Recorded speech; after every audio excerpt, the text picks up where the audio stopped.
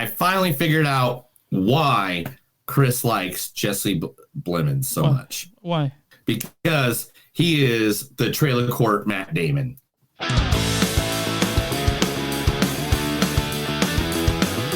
It's a show by Chris and Neil with all great movies. They are the real deal. We watch them all, so you don't have to. It's movies that don't suck and some that do. Ladies and gentlemen, boys and girls, children of all ages, this is a new episode of Movies Don't Suck and Some Do. My name is Neil. And I'm Chris. And I'm not going to lie, I got these new earphones. Yeah. How they work? And I can hear myself too much. I need to put those on, but I'm not going to. I'm just going to dive through it so I can. Yeah, I'm just going to deal with it. But anyway, today we are going to be reviewing, count them, not one, but two movies out there in the good old land of cinematography,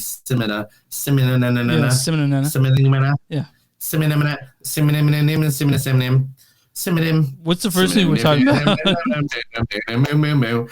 First movie we were talking about is the one, the only Drive Away Dolls. Drive Away Dolls is featuring the one, the only Margaret Qually. Qually. So you used to make westerns at the ranch back in the old-timey days?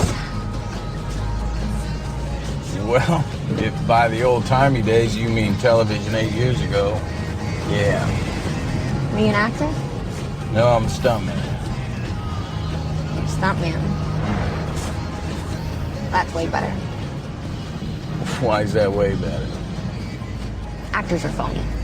Oh.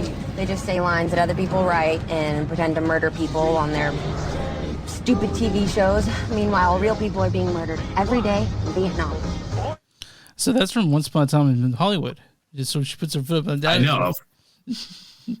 I was like, that's the one I have to grab. That has to be the one, right? Yeah, it has to be. All right. Also in this movie is Geraldine Viswanathan.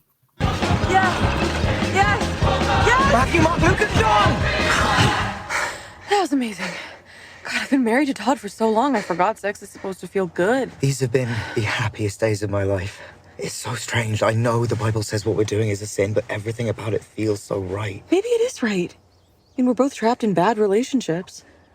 Once we get to Oregon, we'll come clean to our partners and start our new life together. So that's she's actually talking to Harry Potter himself in that one. Yeah, by any means, the Harry Potter, Mr. Daniel Radcliffe. That's one of my favorite shows, Miracle Workers. If you have not seen Miracle Workers, guys, go find it. Go find it. It's a great movie. Good shit, man. TBS does some good shit. So, dude, I know, right? Also in this movie, Beanie Fledstein. We have to go to a party tonight. What? Let's go to Nick's party.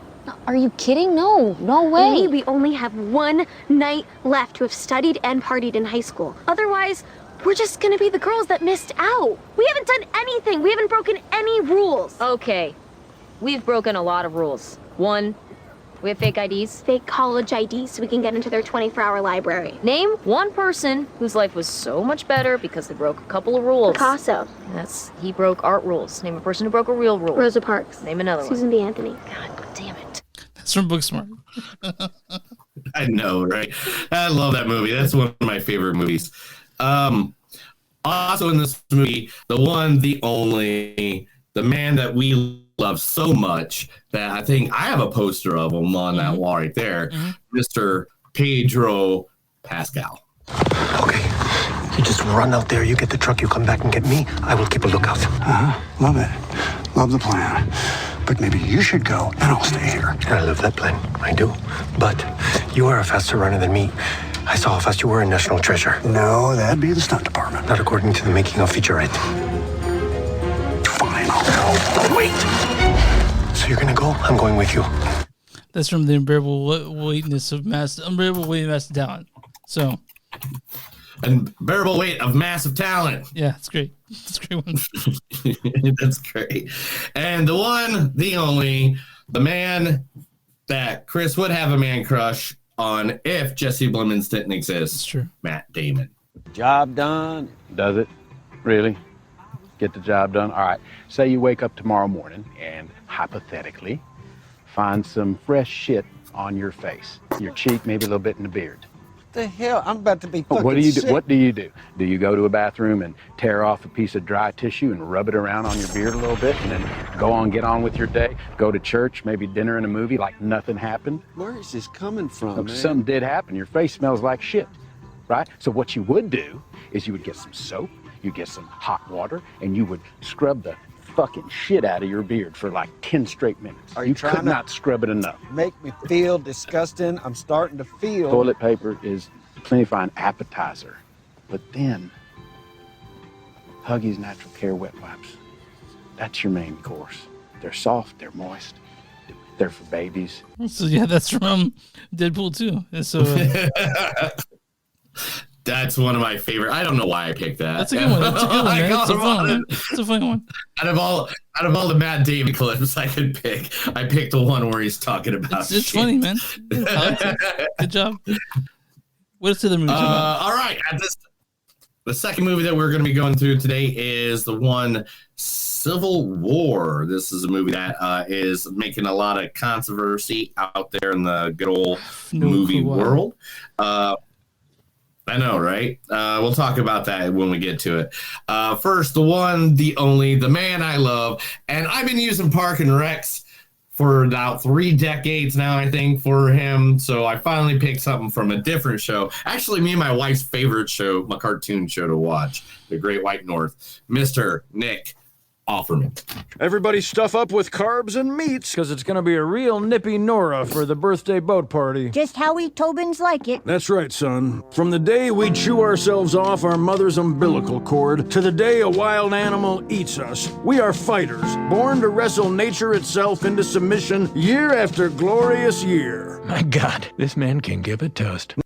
So so you're using the Great White North, but you picked a character that's in the movie for maybe 4 minutes at the most. That's who you lead off with? It's Nick Offerman, man. Okay, fine.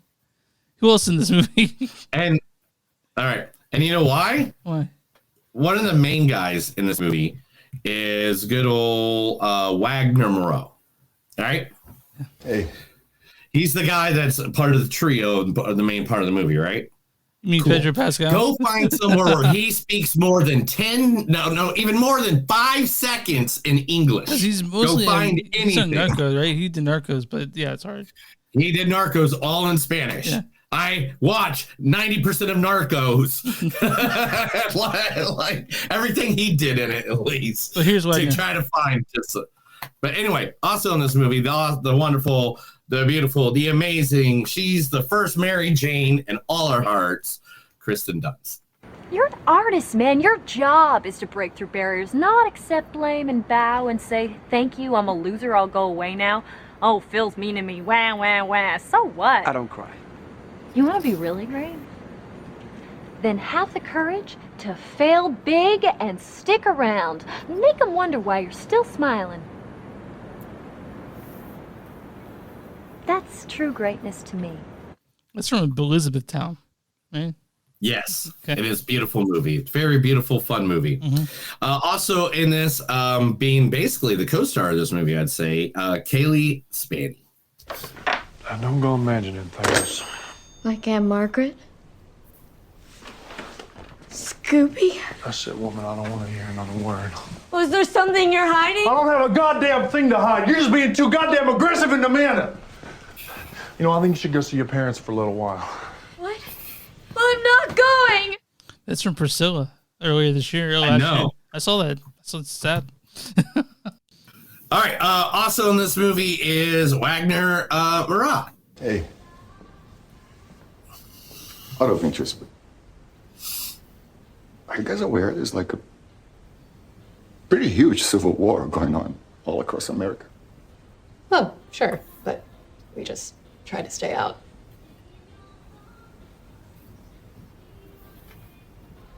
Stay out. With what we see on the news, seems like it's for the best. Yeah. Well, let me know if you want to try anything on. Yeah, from Civil War. Yeah, because it's the only thing I could find. Yeah. And like after you look for somebody for like 35 minutes, you got to give up. And this one I did just for Chris, because this guy had less screen time than Nick Offerman. He had less screen time than literally anybody in the fucking movie. Probably the best part of the movie. Dude, he's in the movie for like less than 4 minutes. But it's the zenith of that movie, though. It really is. But, whatever. He wasn't even supposed to be in the movie. He got the call the day. I know. His wife said, "Hey, I my husband." And he just brought the movie up probably half star high for me. But here it is. But here he is, good old Jesse Blemons. Any plans for this evening? No. Perhaps a game night? You're just gonna stay in, just the two of us. Boring. I see. I do hope you keep me in mind for any future game nights. Well, you bet. I've always enjoyed the camaraderie of good friends, competing in games of chance and skill. Yeah. Well, we'll do that. But it's nice, just the two of us. 3 bags of Tostito scoops, I notice.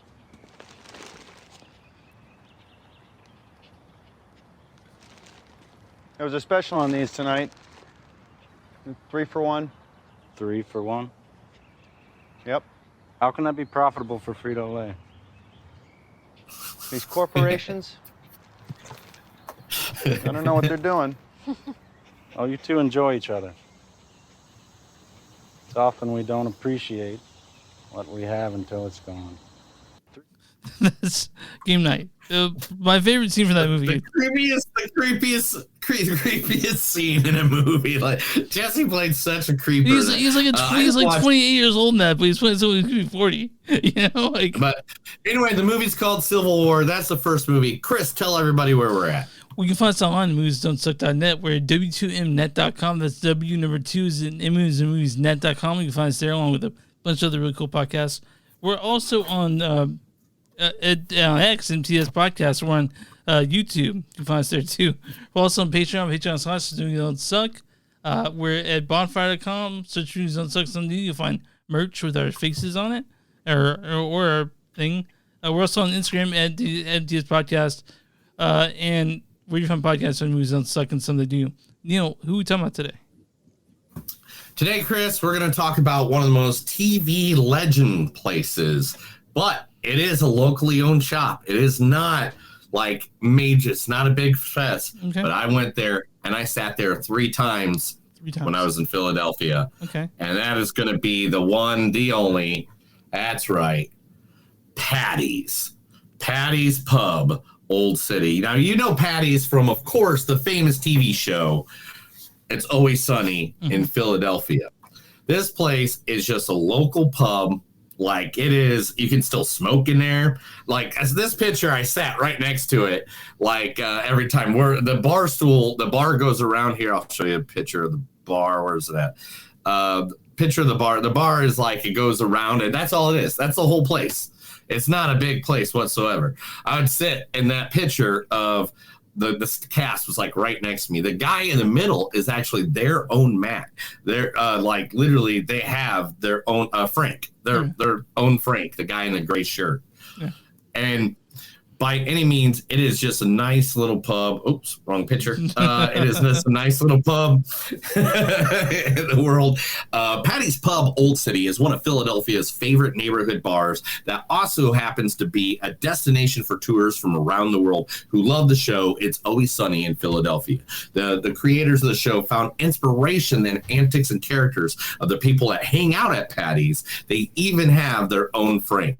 The bar offers a variety of cocktails, bars, on draft, bottles and cans. Smoking is permitted, and come in and enjoy the bar where it's always sunny.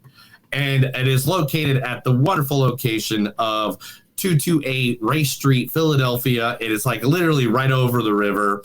It is one of the best little spots I ever went to. The people there were nice. The people working there were nice. There's old artwork on the building. There's a thing that says, it's right there in the corner, says Patty's Whiskey. And we're like, you got your own whiskey? And they're like, well, it's a company called Patty's, and it just makes whiskey. And so we did shots of Patty's Whiskey at Patty's, you know? Every time we walked in there, my friend Logan, every time we walked in here, the first thing he'd be is like, we need 4 Irish car bombs. Every time. We went there 3 times. Every time we went in there, Irish car bomb. So if you're in the Philadelphia area, go to Patty's. It is not just a bar in the show. It is a bar that is seriously one of the friendliest group of peoples I ever met, ever, outside of being in a different city. All right. That's cool, man. Yeah. Anyway. And, they told me I could not get naked and hide in the couch. I tried. I wanted to get naked and hide in the couch. Yeah, no, you can't do that. Can't do that. And we can't do stuff like that. They said that's people get arrested when they come in naked. So you can't do that. Don't get naked at Patty's. But yeah, let's start with the first movie of the day, and that is Drive Away Dolls. Yeah, Drive Away Dolls, directed by Ethan Coen, half of the Coen brothers directing crew. This is his first movie without his brother. If you guys don't know who Ethan Coen is, well, he's done before. Ever heard of Fargo? Ever heard of The Bout of Buster Scruggs? Have you heard of Inside Llewyn Davis, True Grit, fucking Bernard Torino, Country for Old Men? That guy. Him and his brother directed that, and he directed this one. Written by Ethan Coen and his wife, Trisha Cook. This stars Margaret Qually as Jamie. So you used to make westerns at the ranch back in the old-timey days? Also, Geraldine and Viswanathan as Marion. Matthew, Mark, Luke, and John! That was amazing. Also, Beanie Feldstein as Suki. We have to go to a party tonight. This also stars Joey Slotnick as the Goon, C.J. Wilson as the Goon, Coleman Domingo as the Chief, and hey, Pedro Pascal as Penis Collector. Okay, you just run out there, you get the truck, you come back and get me. Also, Bill Camp as Curly, and Matt Damon as Senator Gary Shano. Job done. Does it? So, Neil, what's really the storyline for Drive Away Dolls? Drive Away Dolls. This film follows Jamie, an inhabited free spirit, promoting yet another breakup with a girlfriend, and her demure friend, Maureen, who desperately needs to loosen up.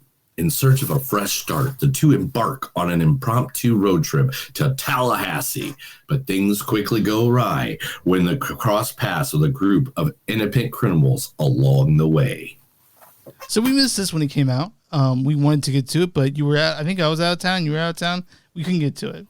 And we finally got to it because it's on Paramount, right? That's where we saw it? Peacock. Peacock, whatever. It's all about your peacock, cock. I want to see your peacock, cock. And no Katy Perry. I know Katy Perry is. I just don't really. Anyway, tell the 28 viewers we have right now how much you don't like Katy Perry. I don't dislike Katy Perry. I just have no feel. I'm pretty ambivalent. You know. I know you. I'm just kidding. He's more of a sad guy. Anyway, continue. So this movie had it felt like it was from the late 90s, 80s, right? 80, like, it's from 1999. Was when this movie was supposed to be taking place because it's Yep. But Neil, what did you think of this movie? Man, these R-rated comedies are knocking out of the fucking park lately. This is very funny. I feel like, this is like a super bad. I feel like I could throw this on anytime in the background, and every now pay attention to it every now and then, get a laugh out of it and stuff like that.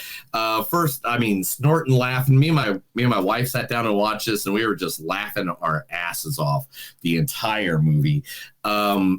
These two just worked great together. There's so much chemistry between Margaret and Geraldine in this one. Like I felt like, I mean, it was an odd couple type thing. You have the straight person, the person who's fucking wild, right? But but it worked, man. This movie was really funny. Like it felt like a Coen Brothers movie, but even sillier than that. You know what I mean? Like, I know he directed, but it was a funny movie. This is a comedy. It's a comedy. It's a laughter. It's man, it's like there's parts of this movie I want to discuss more, but it gives away the surprise of it. Like, what's in the suitcase? Mm-hmm. What's in the hat box? What's in, stuff like that. But we can talk about, this is LGBT plus, to the core. Yeah. So if you're a hater of anything that you're gonna dislike this, I'm sure if I go read reviews on this movie, it'll be about people just bitching about all the lesbian. Trisha Cook is queer, and the wife of Ethan Coen, so we have a little bit of that going on. I don't want to mention one of the things that me and Neil love are road trip comedies, and this is one of them. This is a road trip comedy all the way. This is another road trip comedy. We just watched one yesterday, I believe it was, for the Panic Fest episode, which will be Off Ramp, which is about juggalos, and that one was good. By any means, go check out the Panic Fest 2024 podcast episodes. They'll be coming up in the next week. But anyway, literally, this was like a road trip movie, and it was the best of them. Like, the butter churn. I don't even know what the butter churn is, but now I looked up to see if it was real. I mean, these two girls played off of each other. Like, their hysterics are great. Every time. Oh, and then Beanie when she's in there. If you guys don't know, I know this.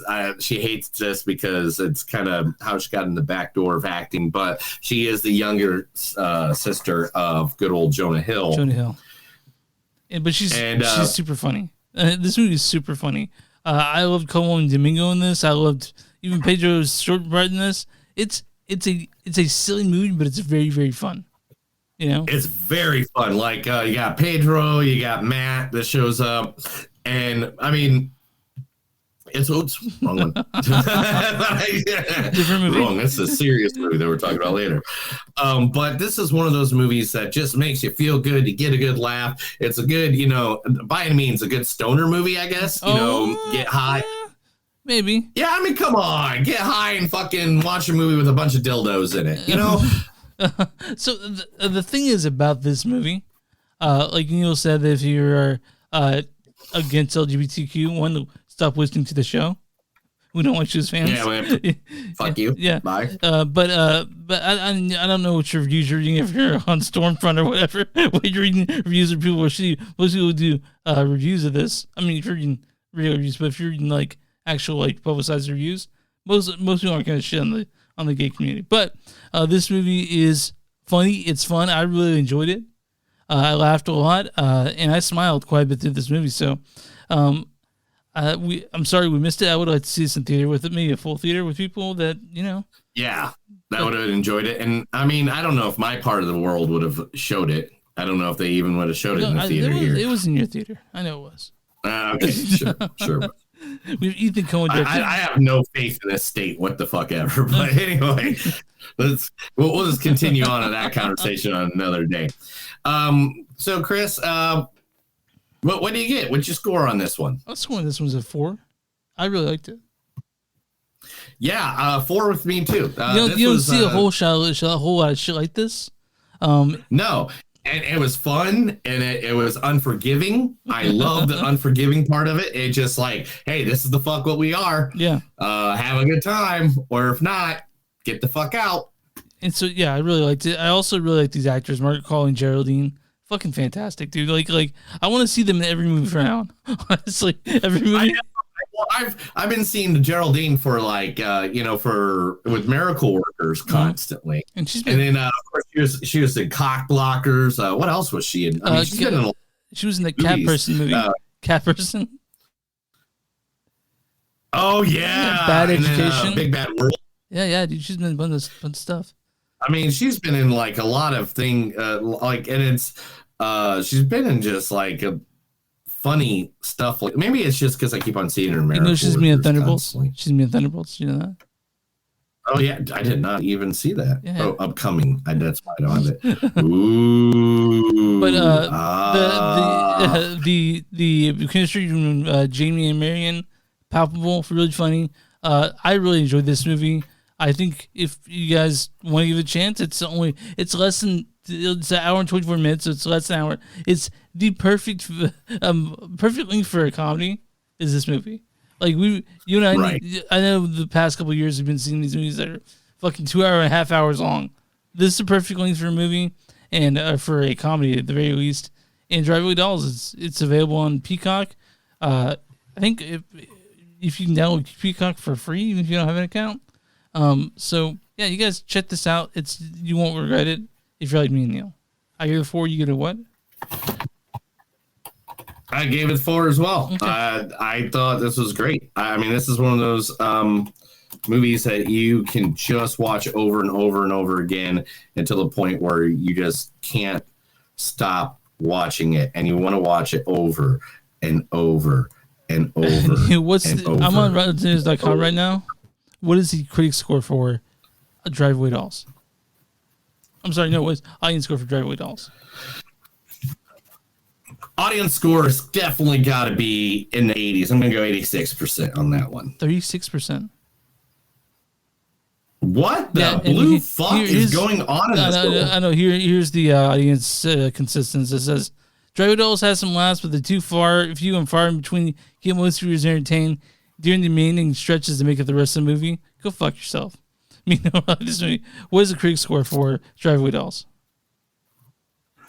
72%. 63. Still fresh, but barely. Yeah, okay. Critic consensus is the appealing odd couple chemistry between Margaret Qually and Geraldine Viswanathan has Drive-Away Dolls' power past its overly familiar screenplay and erratic execution. I think me and Neil like this more than that. He'll read a bad review and a good review. Here is a review from Christine O'Meyer of Film Week, NPR Los Angeles. Says, it's a mixed bag of some very familiar stuff, like a watered-down Greatest Hits collection. Fuck you. And here's a good review from Tim Brereton of Alternate Ending. It says, it's easy to call this just a lark, but this is no lark. Really, it's rare and wonderful for a lark to be this self-assured and swaggering. We like this movie. You and I, we like this movie. I liked it. It was a good movie. Whatever. Fuck them. It was a great, funny movie. If I had my DVD collection still to this day, this would be one that I would purchase inside my DVD collection. Are you ready to get the news? I'm ready. You ready? I heard you typing over there, so let's do this. This is the Movies Don't Suck and Some of Them News. I'm going to say a bunch of stuff to Chris because he's illiterate because he was raised in Texas. Hold on. I mean, I'm pretty good at it. I'm reading right now. I've read like 10 books in the last 6 months, so I'm reading stuff. I don't even know what a book is anymore. All right, man. All right, the most important news everybody wants to hear. Let's get this one done and out of the way. Pamela Anderson has joined the Naked Gun reboot with Liam Neeson. That's the most important. Who cares, man? Like, I don't think we need to remake it. But do we need to remake the Naked Gun at all? Do we need to? I don't fucking think we need to. Did we need to remake Ocean's 11? Did we need to remake Dune? Did we remake? We need to remake. Do we have to remake Batman fucking every 5 years? Do we have to remake? I mean, come on. We need to remake Dune, and I'm glad they did. But why can't we do comedies too? Why can't we have some comedy? Because comedy is... We need comedy. Comedy is a reflection of a time and place, and I guess, man, whatever. Like whatever, man. It's Liam Neeson. It's Liam Neeson going to be playing the role of the... I do like Liam Neeson playing comedic roles. He doesn't do that often enough, but okay. Whatever. Let's do it. But that's not the big news. The big news is Quentin Tarantino has confirmed the movie critic is not his final film. He will apparently choose a different project for his final film. The movie critic will not be. This is hardly the first time the critic, Quentin Tarantino, has changed his mind about a project. So who knows if this is actually true. But a film was supposed to follow a film critic for a porno rag and star Brad Pitt. And now that movie is on hold. Well, I mean, like, he says it's going to be his final film, but I think he's going to fall back on that promise too. I think he said Kill Bill was going to be a final. Like, the Kill Bill thing was going to be his final movie. And then we had 2 more since then, and they've both been great. So. I don't know. You have Once Upon a Time in Hollywood, though, right? I mean, that's a great movie. But yeah. All right, Neil. What's the next thing? I get there's a lot of things that I want to say about that, and at the same time, you gotta stop doing that. You gotta stop stalling for time because you're trying to pull stuff up. Just Just get it in, man. What's the next story? Terrifier 3 cast frequent Rob Zombie collaborator as Santa Claus in the first images release of the Terrifier 3. Santa Claus is coming to town in Terrifier 3 and will be portrayed by a genre veteran. That's right. Daniel Roebuck joins the Terrifier 3 as Santa Claus, bringing a new twist to the direction. Damien Leon's gore-filled trequel. Roebuck's collaboration with director Rob Zombie has added credibility to his role. If you don't know, he is the guy that usually plays, I believe he's the one that plays, why can't I think of his name right now? Oh, man, why'd you do this to me? I didn't do anything to you. Well, you're talking at me. You did. You're talking at me. I'm just listening. I can't even figure out who he was originally. But yeah, he's been in several Rob Zombie's movies. But anyway, he's going to be added in the Terrifier 3 area.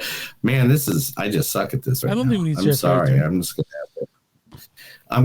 going to have to kill myself and be done. All right. Deadpool is creating his own popcorn bucket for the theater for Deadpool and Wolverine. Here's one photo of the design. It's got to be. I mean, why wouldn't it be? We want to fuck it.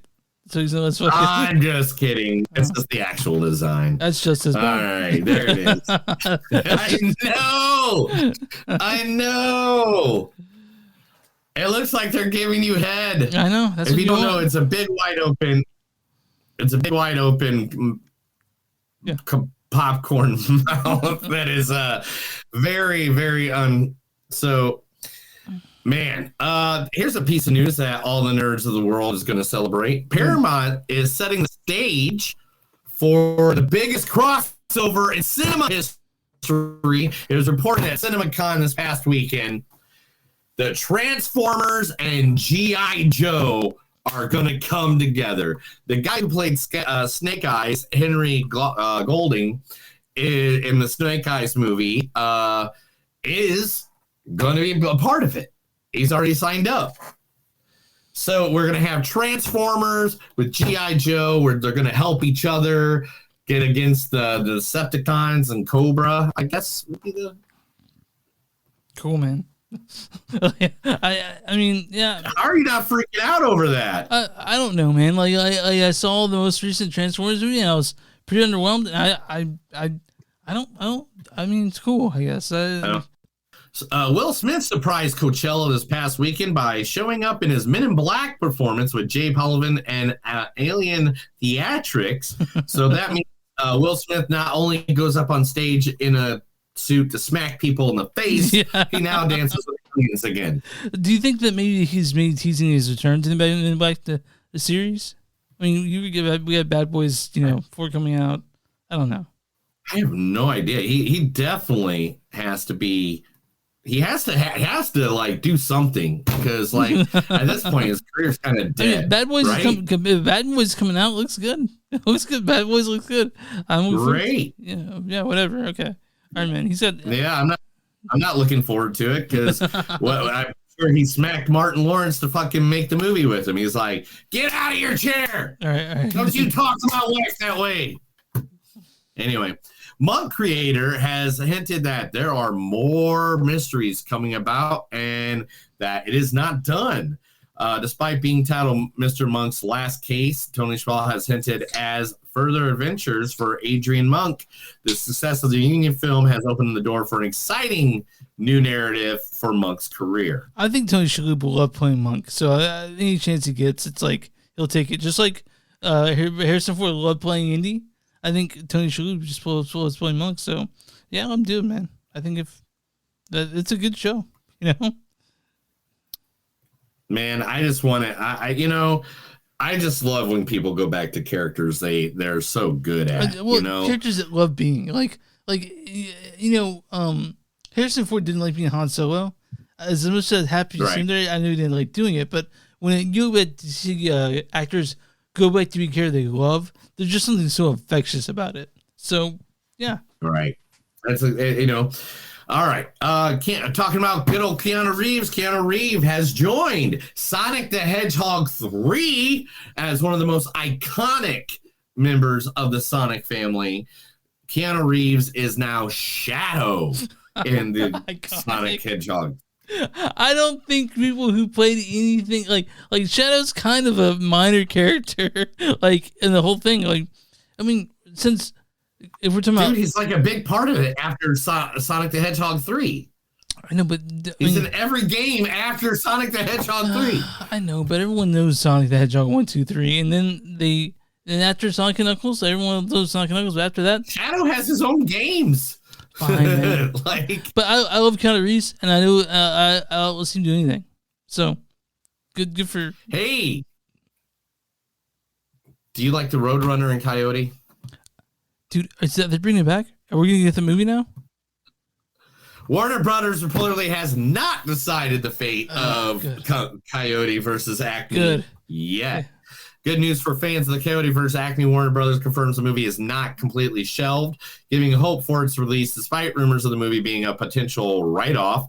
New reports suggest that the fate of Coyote vs. Acme is still undecided. Neil, you and I think we love, those are our favorite parts of the Looney Tunes, were the Roadrunner and Coyote, right? That was your favorite thing about it. Oh, dude, when he died, like every single... it was hilarious. He died every 3 seconds, and he still is alive. It was super funny, yeah. But he went back. Seriously, like Acme, like he'd send off to Acme, and then like Acme gave him something, and it wouldn't work. Yeah. I love the whole concept of the entire movie itself. Yeah. It's one of those movies that I hope it goes through. I want to see John Cena. I want to see who else is it? Will Forte's in it. Eric Bana's in it. You know, like I want to see it. I'm excited. Yeah. Denzel Washington and Spike Lee are starting a movie together over at A24 called High and Low, which is a remake by Akira Kurosawa, which is the English reinterpretation of Akira Kurosawa's High and Low. Marks the start of a principal photography. I mean, Denzel Washington, Spike Lee. What more you got to say? A24 is putting this out. A24 is putting this out. Well, man, we'll see seeing it. I mean, like as much as people are gonna think I'm trying to suck A24's dick, they're the movies they put out that no one else will, and thank Christ they're still there. You know, like we won't see movies that they put out movies that no one else will, and that's why they exist. So that's why you exist. Mm-hmm. Let's go. Let's do this. Mm-hmm. What's next? You go. You go. Talking about A24, I'll go ahead and get this one out of the way since we were talking about A24. Mm-hmm. Alex Garland's dystopia film Civil War is now the highest grossing A24 film. After one weekend, is the highest grossing A24 film of all time.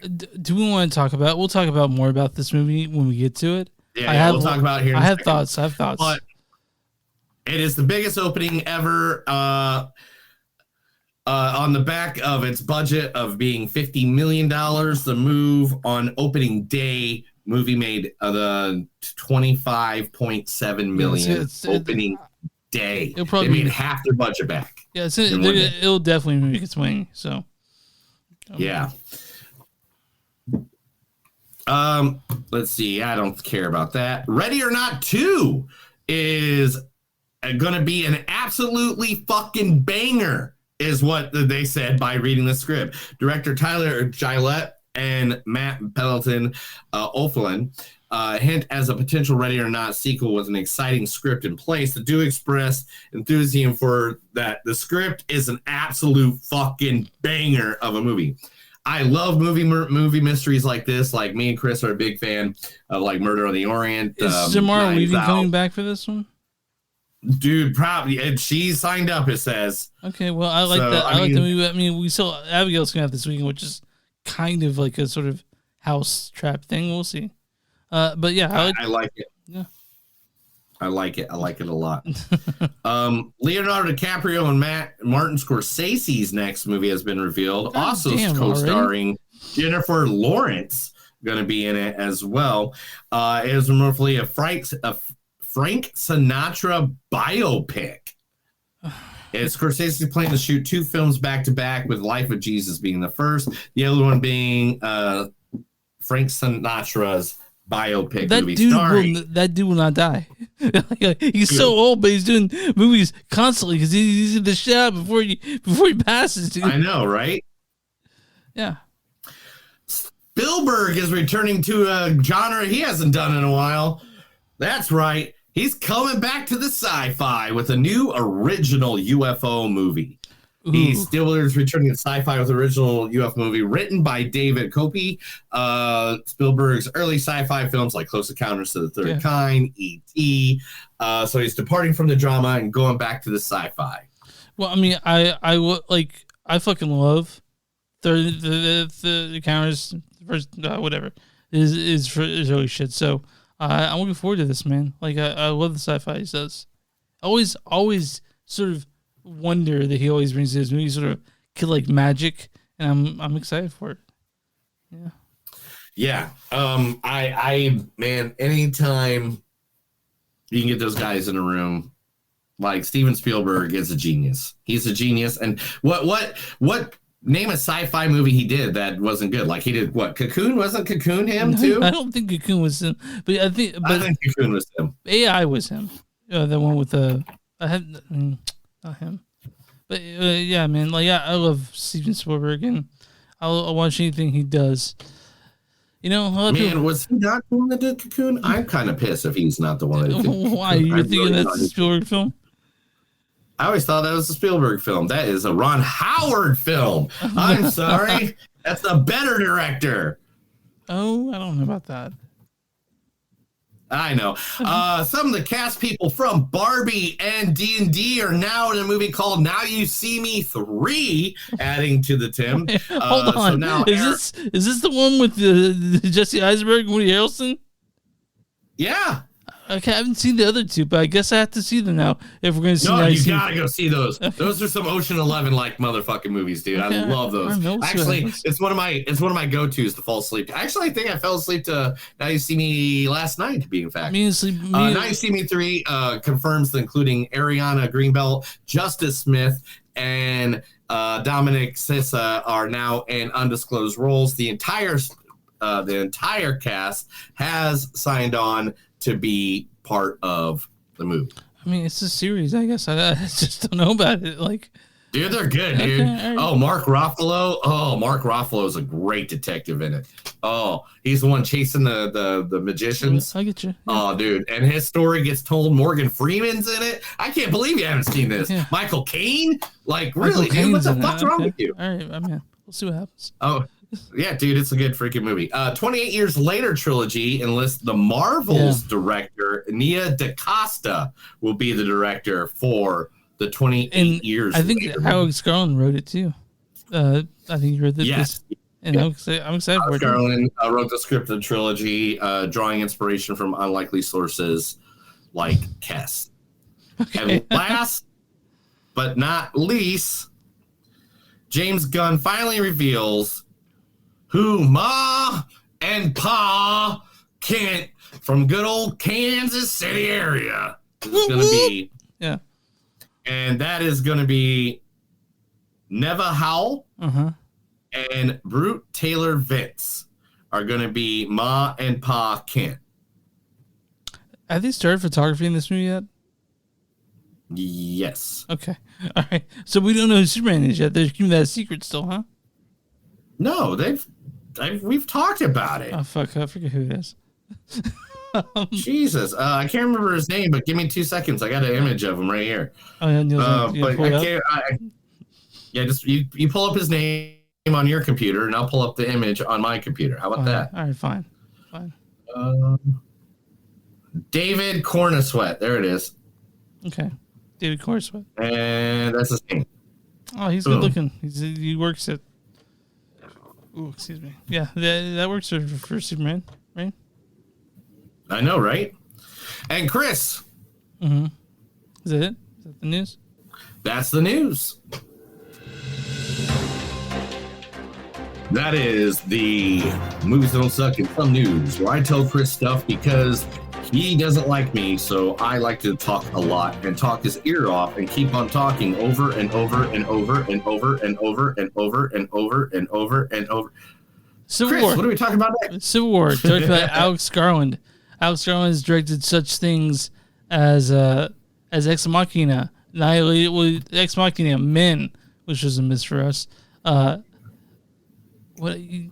on, I had that stuff pulled up. I know he does a bunch of shit, man. Ex Machina, Annihilation, Men. He's also a great writer. He's written the trilogy for.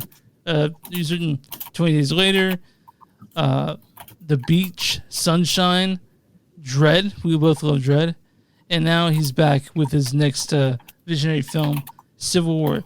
This stars Kirsten Dunst as Lee. You're an artist, man. Your job is to break through barriers. Also, Wagner Moore plays Joel.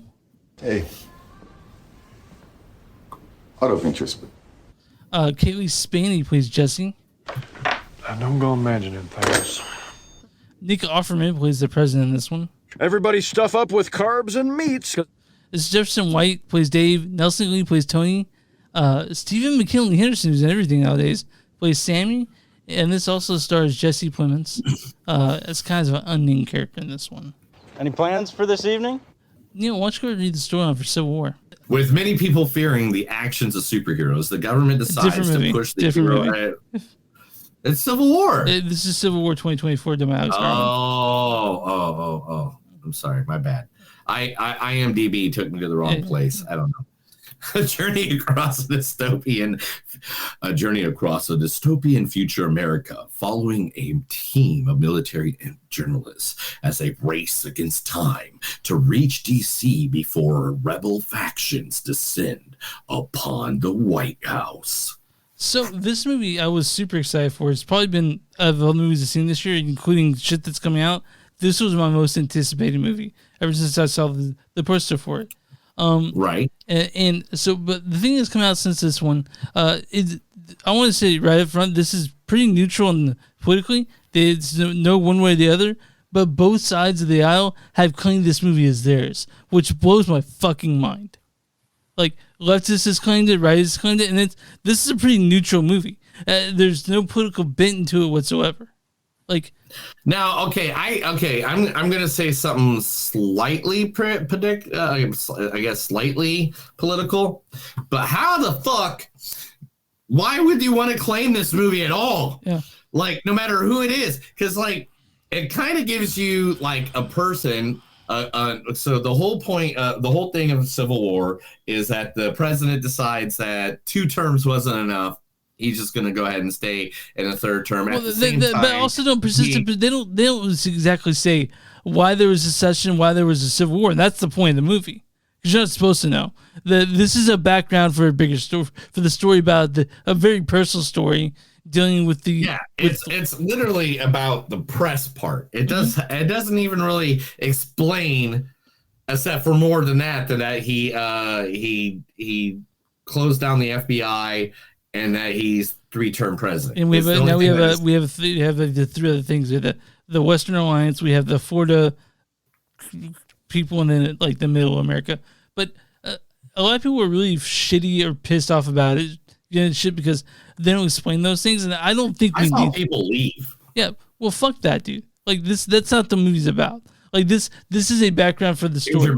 So the Loyalist States, Florida Alliance, Second Republic, Texas, Western Forces, and Republic of California. But in the movie, the Republican California teamed up. But but so it doesn't. It doesn't have a political mechanism. I mean, I guess it has a political message, but not overtly one side or the other. It's just there. It's part of the movie. But so people are pissed. Some people are pissed that it doesn't take a side like it's. But that's not the point. That's not the point of the movie. Yeah. I by the way, I want to mention. I really fucking like this movie. I really like it a lot. I'm gonna go ahead and say that. Yeah, this is a good movie. It was a good time. Everything was fun. There's a lot of good fun moments in it. Nothing better than seeing someone get their head blown off because they're not from America. This movie is unsettling. It's violent. I don't mean that real. That's just a funny statement. By any means. This was really disturbing fucking film. I'm not joking. It's not disturbing like Requiem for a Dream disturbing. No. It's not like that. It's not that messy or anything like that. It's the fact of seeing civilization and how quickly it breaks down after, like, it broke down, like, what is it? Like, this was only like 3 months in or something? Yeah. This is a couple years in, if I'm not mistaken. Oh, was it a couple years in? Yeah. Okay, I thought it was only like 3 months in. So there is something to say about what would happen if America collapsed. There'd be a ripple effect where it's not like other countries will still be fucked up. It's like, for example, when we had those banks fail in 2008, the reason that we're bailed out is because if those banks failed, then the fucking economy across the world fails. That's neither here nor there. We're talking about this movie, and we're talking about Kirsten Dunst. We're talking about Wagner Moura, and we're talking about Kaylee Spaney and Steve McKinley Henderson. We were talking about this movie and how it made us feel. And I really liked this movie. I thought it was disturbing, but I thought it was interesting at the very least. People had problems with it. It's controversial somehow. Like, Alex Garland did his best to make this not controversial, but people are still claiming it. It's fucking weird to me, you know? Yeah. I don't know why anybody wanted to claim this movie whatsoever, like left, right, whatever. Mm-hmm. But let's talk about the actual movie itself. Okay. One thing is this: Kristen Dunst did not show any emotion. 90% of this movie, she was completely like, it just like every emotion has been sucked out of her from being a war photographer. Being a war photographer, and it was amazing. I was like, man. I feel the cold-hearted bitch of her, like, in this movie. Like, I 100% feel what, like, her anger towards the world. I felt it because of the situation and how it all felt. And Kaylee Spaney. The new girl in the movie, or I'm not saying she's the new press person. Jessie, played by Kaylee, was ridiculously awesome because she was so naive. She didn't. She as well as Kristen played. I have no feeling she played naive that well. Yeah, Wagner Moura was great. I mean, because he played Pascal in that role, but whatever. He played Joel, and he was great too, man. Like, I didn't expect that out of him. Steve McKinley Henderson, I loved him. You don't see him enough in things. Really? Right. But I want to mention the sound design in this movie. This deserves, like, this will be nominated for Oscar. Because the gunshots in this thing, when they came out, dude, it just fucking got at you. I saw this in theater, a full theater, and, like, they got me a few jump scares with this thing, but the sound of this is incredible. It really is. It felt like it puts you in that area that's terrifying, really. Like, the whole thing. And man, dude, it was the movie itself is literally just about people and PTSD and going through the actions of what it's like to be in a war like this that is terrifying and ridiculous. It's not about whose side you're on or anything like that. It's not about if you believe in this guy or that guy or believe in this person's side or anything like that. This is just the terrifying belief of what war is. And I have to say this, and I have to get it off my chest. Chris, what's your score? No, we're not done with this yet. Are you kidding me? Yes. Okay, you're good. I'm glad you gave me, because we're not done talking about this movie, dude. You want to get through this, but I want to mention one. Jesse Plemons scene, probably the best part of the movie to me.